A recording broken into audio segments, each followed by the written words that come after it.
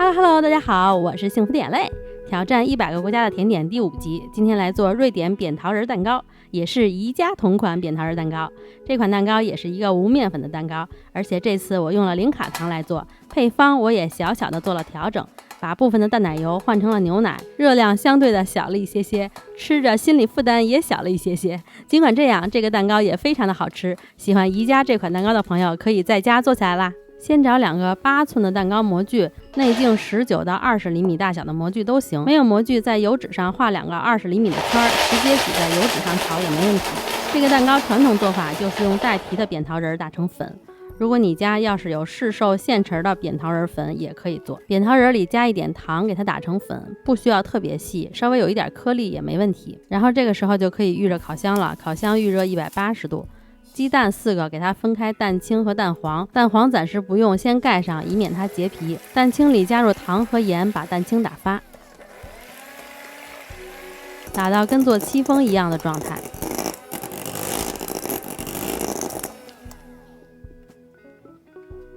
这个小尖角微微有点下垂就可以了。然后分2次倒入杏仁粉，用刮刀翻拌均匀。等拌好以后，咱们这个蛋糕面糊就做好了。其实它不应该算是蛋糕啊，做出来应该是属于饼干类的。这样全部拌均匀就可以了。它的状态是比较稠的，可以给它装在裱花袋里，然后挤在模具里。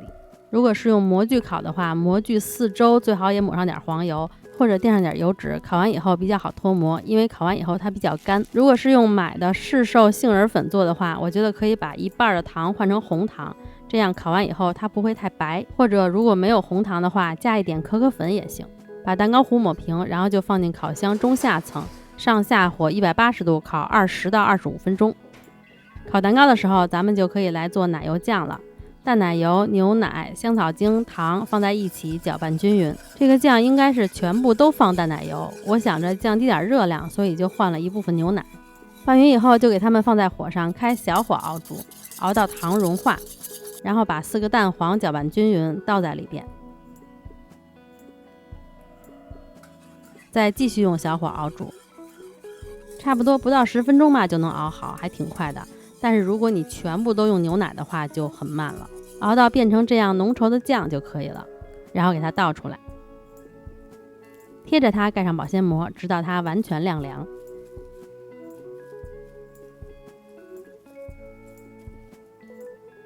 把杏仁片平铺在烤盘上，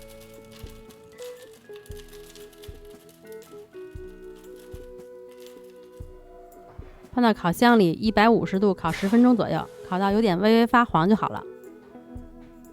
黄油提前软化好，加入糖粉或者是细砂糖，把黄油搅打顺滑。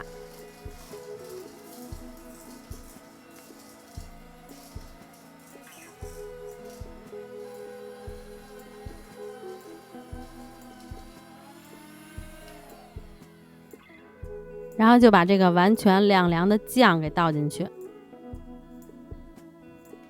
再给它们打匀，最后再用刮刀搅拌一下，拌匀就完成了，是不是还挺简单的？然后就剩组装了。蛋糕烤完以后，你就给它放在模具里晾凉，然后再给它拿出来就行了。先放1片蛋糕，在上面抹上酱，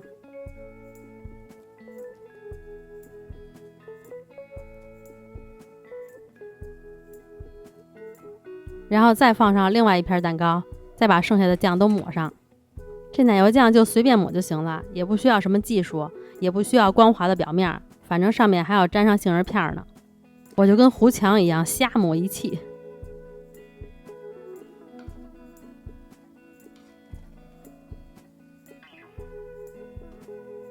最后把烤过完全晾凉的杏仁片粘在上面就可以了。蛋糕侧面就用刮板帮助，然后放到冰箱里冷藏1个小时以后再吃。我是用零卡糖做的，我这一款属于无糖无面粉纯生酮蛋糕，糖尿病可以吃的。